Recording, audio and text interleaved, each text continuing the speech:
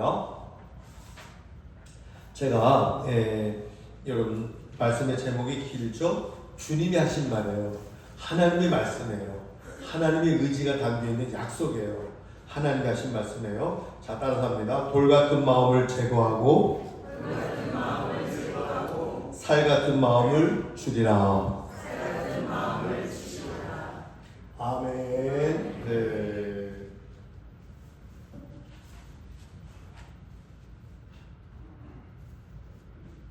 지난 주일에 이어서 마음에 대한 설교를 다시 한번 다른 패러그램으로 다른 주제를 가지고 마음이라는 주제가 너무너무 중요하기 때문에 말씀을 다시 한번 준비했습니다. 우리의 마음이 상하면 굉장히 어려워집니다. 마음이 상해지면 말과 행동이 그대로 나옵니다. 그리고 마음이 상해지면 굉장한 영적인 다운을 갖게 되죠. 세상에 어떤 일을 하는데도 힘이 드는 그러한 상황이 온다는 사실을 우리는 알고 있습니다. 우리는 누구나 바라는 그러한 이상적인 모습을 다 갖고 삽니다. 그렇죠? 이상적인 그러한 여러분의 마음과 뜻이 있잖아요. 예를 들어 참된 삶, 여러분 이상적인 그러한 삶으로 꿈꾸고 있지 않습니까? 선한 삶, 아름다운 것들을 추구하고 싶은 마음이 우리 모두에게 다 있지 않습니까? 사랑하고 용서하고 베풀고 싶은 마음, 우리들 마음속에 있지 않습니까? 어떠세요? 다 있잖아요. 그러나 때로는 우리가 그러지 못하는 내 자신의 모습을 발견할 때가 있습니다.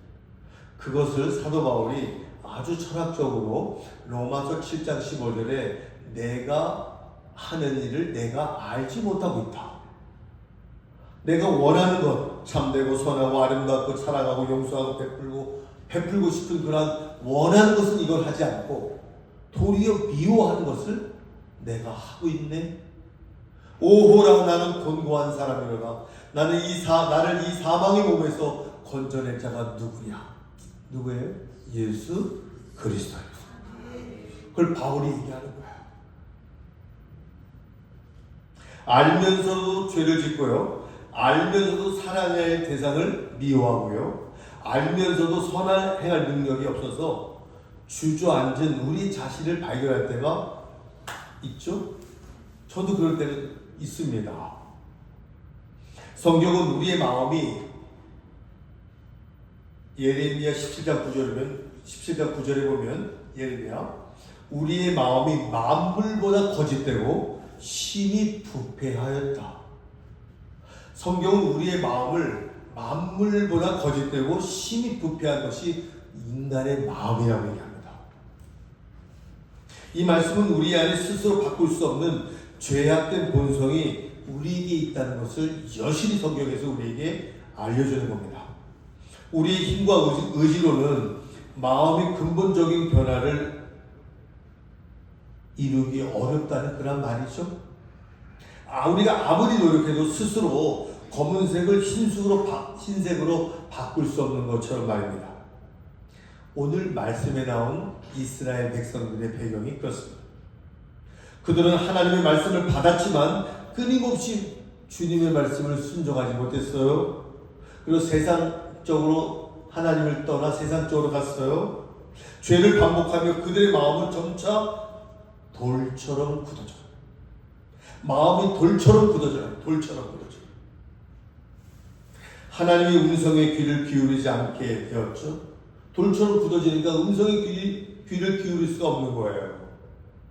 절망적인 상황 속에서 오늘 말씀을 하는 에스겔 선지자를 통해서 하나님께서는 그들의 마음에 대한 가장 근본적인 놀라운 놀라운 해결책을 하나님은 제시합니다. 그것이 바로 오늘 우리가 묵상한 에스겔서 26절, 27절 말씀이에요. 아주 중요한 말씀입니다.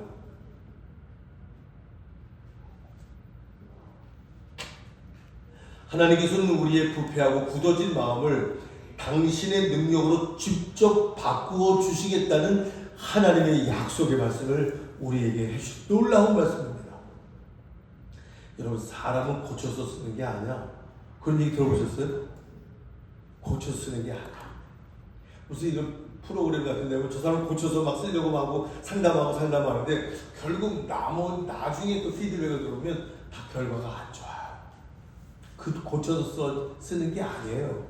오늘 고쳐서 쓰는 게 아니라 어떻게 쓰는 건지 오늘 말씀이 여러분들에게 정확한 진단과 함께 정확한 해답을 줄 것입니다. 미리 얘기할까요? 하나님이 이걸 고쳐 쓰지 마라. 하나님 뭐야? 새 마음을 줄게. 새로운 마음을 줄게. 응? 바꾸는 것이 아니라 새로운 마음을 내가 너희들에게 줄게. 그것이 바로 하나님의 약속이고 하나님의 의지입니다.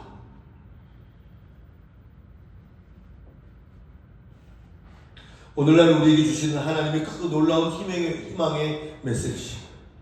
우리 각자의 마음을 진단해보고 하나님의 치유와 변화의 은혜를 여러분이 오늘 말씀을 통해서 경험하실 수 있기를 간절히 바랍니다.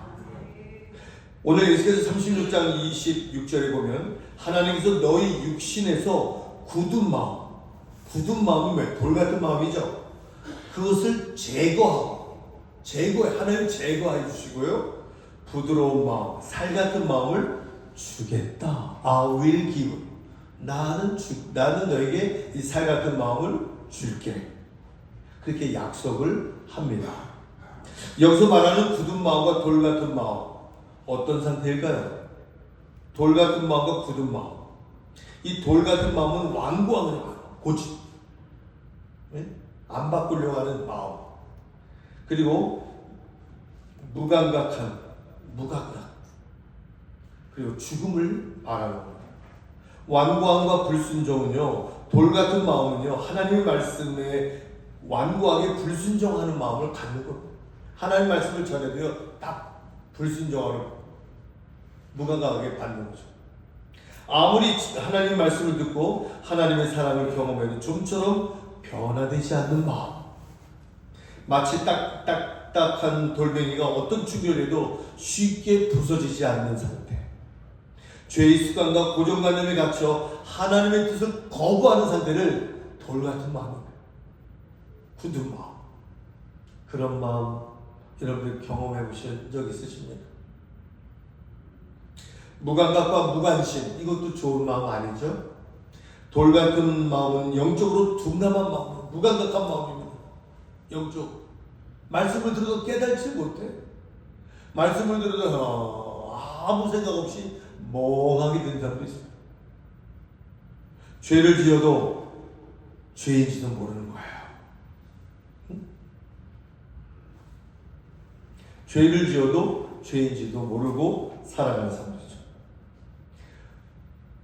다른 사람들의 아픔에도 공감해 주지 못하는 거예요. 마치 마비된 것처럼 하나님의 음성에도 다른 사람들의 눈물에도 무감각하게 느껴주지도 못하는 겁니다. 재미없죠? 예수님의 시대에 바리새인과 서기관들이 바로 그러한 사람들이었습니다. 그들은 율법에 해박했지만 죄인들을 향한 예수님의 긍휼의 마음에는 늘 무감각했습니다. 생명력 없는 죽는 마음. 돌 같은 마음은 생명력이 없는 마음과 같습니다.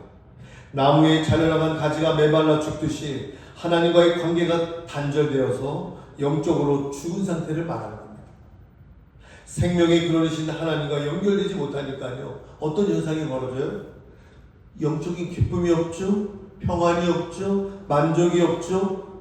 이런 걸 누리지 못하고 늘 갈증, 늘 조금만 더.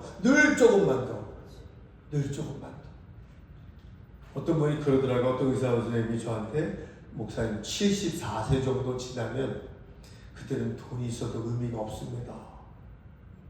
음식도 먼 나라 여행도 다 그건 다른 사람들의 얘기입니다.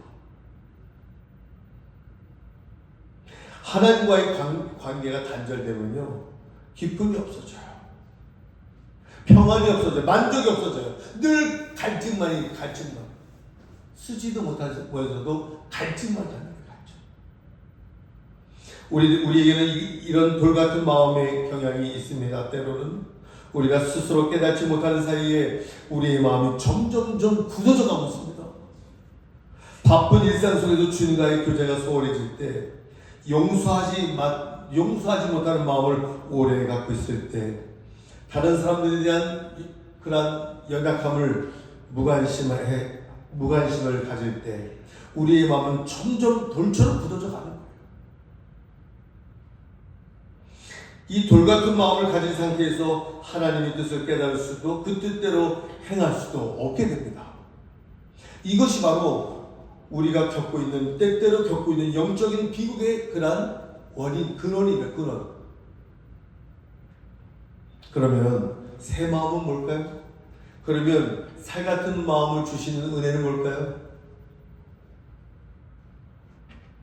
우리의 절망적인 돌 같은 마음의 문제에 대해서 하나님께서는 친히 해결책을 제시해 주는데, 그것이 바로 살 같은 마음, 부드러운 마음. 26절의 핵심은 뭐예요? 나는 너에게 줄 것이다. I will give요. I will give. 난 너에게 줄 것이야. 뭐를요? 새로운 마음, 부드러운 마음, 살 같은 마음. 주님이 주시겠다는 건 주님이요. 내가 가지면요, 내가 가질 수가 없어요. 여러분, 어떤 강의를 통해서 내가 바뀌어질 수 있다? 그거 안 됩니다. 이 성경 고린도후서 10장 4절에 견고한 우리의 그 상처의 쓴뿌리는요, 여러분 주변 사람들 잘 안 바뀌자는 거죠. 이 견고한 진이 있는 거예요. 그건 말로 바뀌어지는 게 아니에요. 그것도 강연으로 바뀌어지는 게 아니에요. 이해는 이해. 바뀌어지진 않습니다. 이것은 우리 스스로가 쟁취하거나 노력해서 얻어지는 게 아니에요. 전적으로 뭐예요? 하나님의 주권적인 은혜와 선물이라는 사실. 내가 너에게 줄게. 어떤 마음? 살 같은 마음, 부드러운 마음. 하나님께서는 두 가지를 약속하시는데, 새 마음을 새 마음. 바꿔주는 게 아니라 새로운 마음을, 아예 새로운 마음을 너에게 줄게. 그 말입니다. 새 마음은 단순히 예전 마음을 고쳐 쓰는 것이 아니에요. 사람은 고쳐 쓰는 거 아니야. 그런 얘기 어른들한테 좀 많이 들었거든요. 그 말이 무슨 말인지 알아요. 느껴요. 목회하면 느껴요. 근본적으로 다른 마음, 근본적으로 새로운 본성을 하나님이 우리에게 주십니다.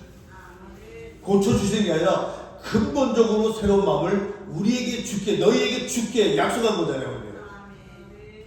죄악된 본성 대신에 하나님의 성품을 닮은 마음을 주시겠다는 거. 할렐루야. 얼마나 감사합니까? 얼마나 감사해요. 하나님의 성품, 죄악의 본성이 아니라 하나님의 성품에 닮은 마음을 주시겠다는 거죠. 마치 오래된 옷을 버리고 새 옷을 갈아입듯이 하나님은 우리의 영적 본질 자체를 바꿔주겠다. 자체를 바꿔주겠다. 그 바꿔내면 어떻게 해야 될까? 그것도 말씀을 드릴게요. 살 같은 마음, 돌 같은 마음과 정반대죠. 살 같은 마음과 돌 같은 마음. 하나님의 말씀과 음성에 민감하게 반응하는 거예요. 여러분, 이 살 같은 마음을 얻으려면 어떻게 해야 돼요? 하나님의 말씀, 즉 말씀 전하잖아요. 이 말씀에 대해서 여러분 반응하셔야 돼요. 받으셔야 돼요. 이 말씀을 먹어야 돼요. 이 말씀을 듣고 여러분이 깨달으셔야 돼요. 이 말씀을 민감하게 반응하고 순종하는 그런 마음, 이것이 바로 부드러운 마음이에요. 고집 있는 사람은요, 이런 말씀을 민감하게 받지 않아요. 그냥 듣고 흘려버려요. 잊어버립니다. 고집을 내려놓고 하나님의 뜻에 겸손히 귀를 기울이며 말씀대로 살아가고자 하는 그러한 열망, 그게 바로 부드러운 마음이에요. 그리고 사랑하는 마음은 어떤 마음일까요? 다른 사람의 기쁨과 슬픔에 진심으로 공감해 주는 거예요. 저 사람의 기쁨, 저 사람이 기쁠 때 같이 웃어주고, 로마서 12장 15절에 울 때 같이 울어주는 그런 공감 능력. 그게 바로 사랑하는 마음이죠. 사랑으로 보듬으려는 마음이죠. 자신에게만 갇혀있는 시야가 이제 확장되어서 많은 사람들을 향한 긍휼과 자비가 넘쳐나는 마음, 사랑하는 마음이죠. 생명력이 넘치는 마음은 하나님과의 깊은 관계 속에서 생명력을 얻고 영적인 활기와 기쁨을 갖는 마음입니다. 예배를 사모하셔야 됩니다. 예? 여러분 근본적으로 새 마음을 얻으려면요, 예배를 삼아야 되고요, 기도를 즐거워해야 되고요, 말씀을 갈급해야 돼요. 이러한 일들이 있을 때 하나님 여러분들에게 약속합니다. 무슨 약속? 새 마음을 줄게, 부드러운 마음을 줄게, 근본적으로 새로운 마음으로 교체시켜 주겠다는 말씀입니다. 이 모든 것은 하나님께서 우리에게 주시는 전적인 뭘까요? 선물입니다. 프레젠트, 선물입니다. 우리가 회개하고 예수 그리스도를 우리 구주로 믿을 때 하나님께서는 우리의 돌 같은 마음을 제거하시고 새롭고 부드러운 마음, 새롭고 살 같은 마음을 우리 안에 넣어 주시겠다는 약속이에요. 약속. 이 약속을 붙잡으셔야죠. 네? 말씀을 삼아야 되고 예배를 삼아야 되고 기도를 즐거워하는 그 마음이 있을 때 이 마음 하나님이 여러분에게 주신다는 거예요. 돌 같은 마음을 갖고 여러분 사업하시면요, 잘 되는 것 같아도 결국에는 어려워집니다. 돌 같은 마음, 굳은 마음 갖고 여러분들이 가정생활에 투여하잖아요. 가정이 행복하지 않아. 돌 같은 마음을 내 마음을 갖고 있잖아요. 모든 것이 기쁨으로 활동하기가 어려워져요. 이것이 거듭남의 은혜요, 하나님의 자녀가 되는 축복, 살 같은 마음, 부드러운 마음입니다. 오늘 27절에 이 마음의 변화를 가능하게 하는 원동력과 그 결과에 대한 말씀을 마지막 절에 하는데요. 무슨 말씀이죠? 또 내 영을 너희 속에 두어 너희로 내 율례를 행하게 하니 너희가 내 규례를 지켜 행할 것이다. 여기 두 번이나 언급되는 새 영, 그리고 내 영, 이건 뭐야? 다 성령님이죠. 성령님 얘기하는 거예요. 성령님을 가리키는 거예요.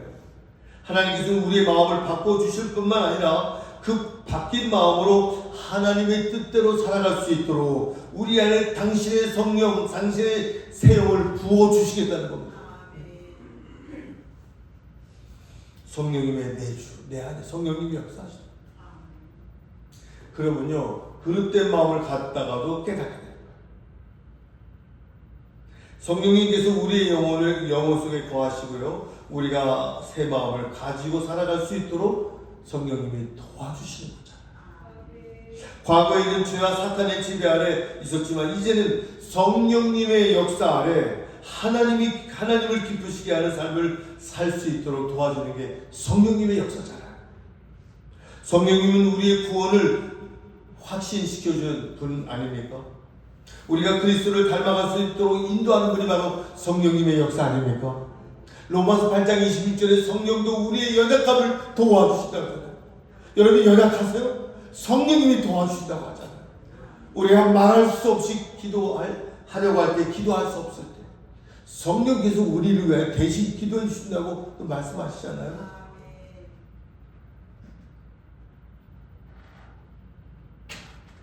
성령님께서는 우리 안에서 너희로 내 율례를 행하게 하리니 너희가 내 규례를 지켜 행할 것이다.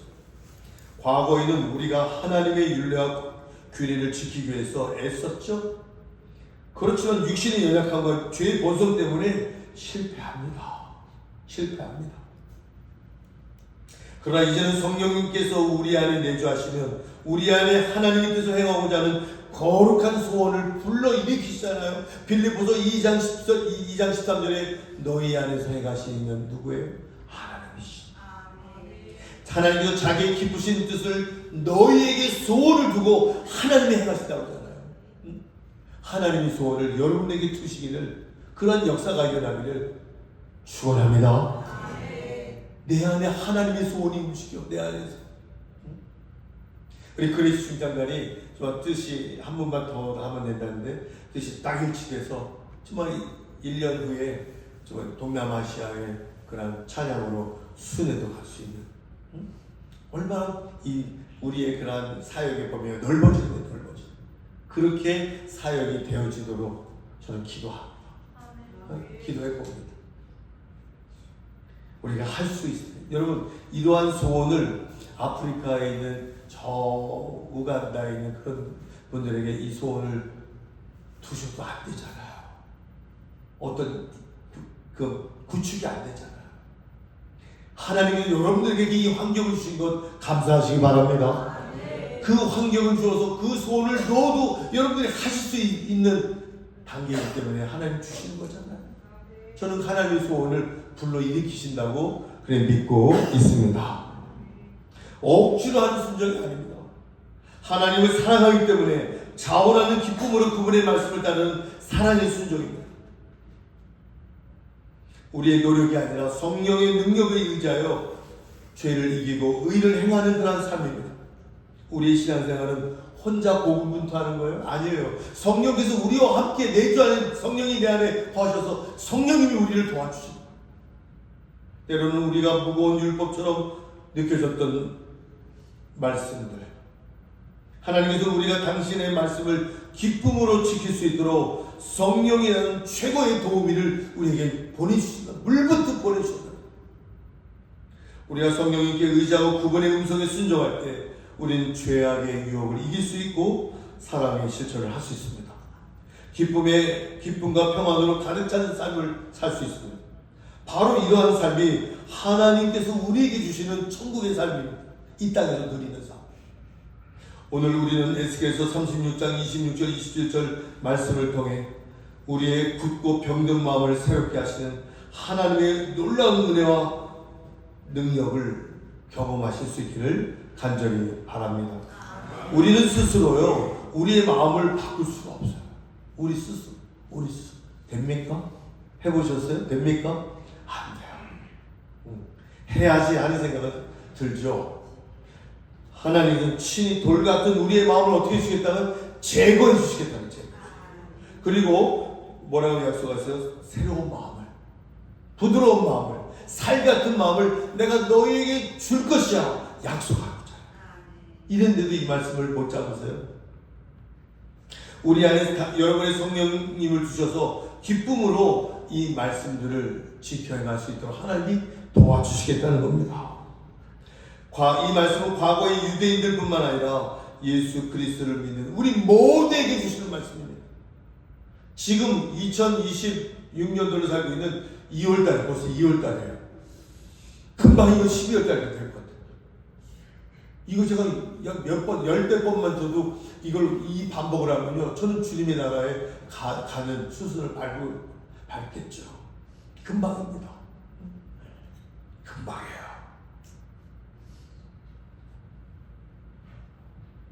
예수 그리스도의 십자가의 대속과 부활을 통해 우리는 죄사함을 받고 성령님을 선물로 받았습니다. 이미 우리는 돌 같은 마음을 제거되고 살 같은 마음을 받은 하나님의 자녀들이에요. 우리는요. 이 얼마나 기쁜 마음이에요. 얼마나 감사해요. 그렇다면 이제 우리는 어떻게 살아야 할까요? 우리가 받은 이 새 마음을 소중히 여기시기를 바랍니다. 하나님과의 관계를 새롭게 하고 말씀과 기도로 우리의 마음을 깨끗하고 부드럽게 유지해야 돼요. 우리 안에 계신 성령님께 전적으로 우리는 의지하는 거예요. 성령님 나를 도와주세요. 성령님 저를 도와주세요. 성령님 저를 도와주신다고 했잖아요. 의지해야 됩니다. 성령님의 음성에 민감하게 반응하고 성령님의 인도하심을 따라 살아갈 때 우리는 하나님의 뜻을 기쁨으로 순종하고 풍성한 열매의 삶을 맺게 될 줄 믿습니다. 우리의 마음이 변화될 때 우리의 삶 전체가 바뀝니다. 여러분의 마음이 바뀔 때, 여러분의 마음이 새 마음을 주님께로 받을 때 우리의 삶이 바뀌어요. 우리의 가치관이 변화됩니다. 우리의 마음이 변화될 때 우리의 말과 행동이 바뀝니다. 우리의 마음이 변화될 때 우리의 관계가 변화되고 우리 인생 목적 자체가 바뀝니다. 이처럼 변화된 마음을 가지고 살아가는 것이 바로 하나님께서 우리를 창조하신 목적 아닙니까? 우리가 하나님께 드릴 수 있는 가장 아름다운 영광이 바로 우리의 새 마음을 갖고 살아가는 겁니다. 오늘부터 매 순간 우리의 마음을 하나님께 내어드리고 성령의 충만함을 구하며 살아가시기를 바랍니다. 그래야 이 돌 같은 마음을 제거하고 살 같은 마음을 주신 하나님의 놀라운 은혜와 사랑을 감사하시고 복된 삶을 사실 수 있기를 바랍니다. 한 권사님의 간증을 하고 말씀 마칠게요. 권사님께서 저에게 오셔서 말씀합니다. 평생 교회 다니신 분이에요. 권사님이십니다. 예배에 빠지지 않으신 분이죠. 헌금도 잘하시고 봉사도 잘하시고 기도도 잘하시는 분입니다. 그런데 어느 날 권사님이 저를 찾아와서 울먹이며 말씀합니다. 목사님, 요즘 설교를 들어도 찬송을 불러도 눈물이 안 나옵니다. 눈물이 안 나와요. 기도를 해도 눈물이 안 나와요. 돌처럼 제 마음이 굳어졌어요. 그런 말씀 하시는 거예요. 그 말 한마디에 그동안 꾹 눌려왔던 세월의 무게를 느꼈어요. 자식 문제로 흘린 눈물들 있으시죠? 자식에게 일어나는 일들 여러분 예상할 수 있으세요? 자식 문제만큼은 얘기할 수가 없어요.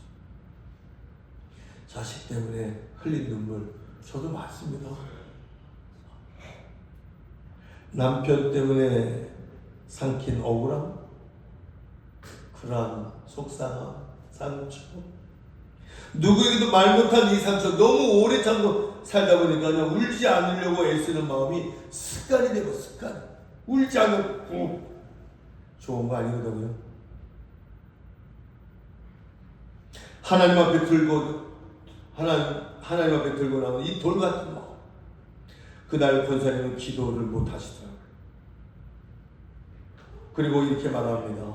기도를 하지 않으시고 하나님 제 마음이 너무 굳어서 이제는 아픈지도 모르겠어요.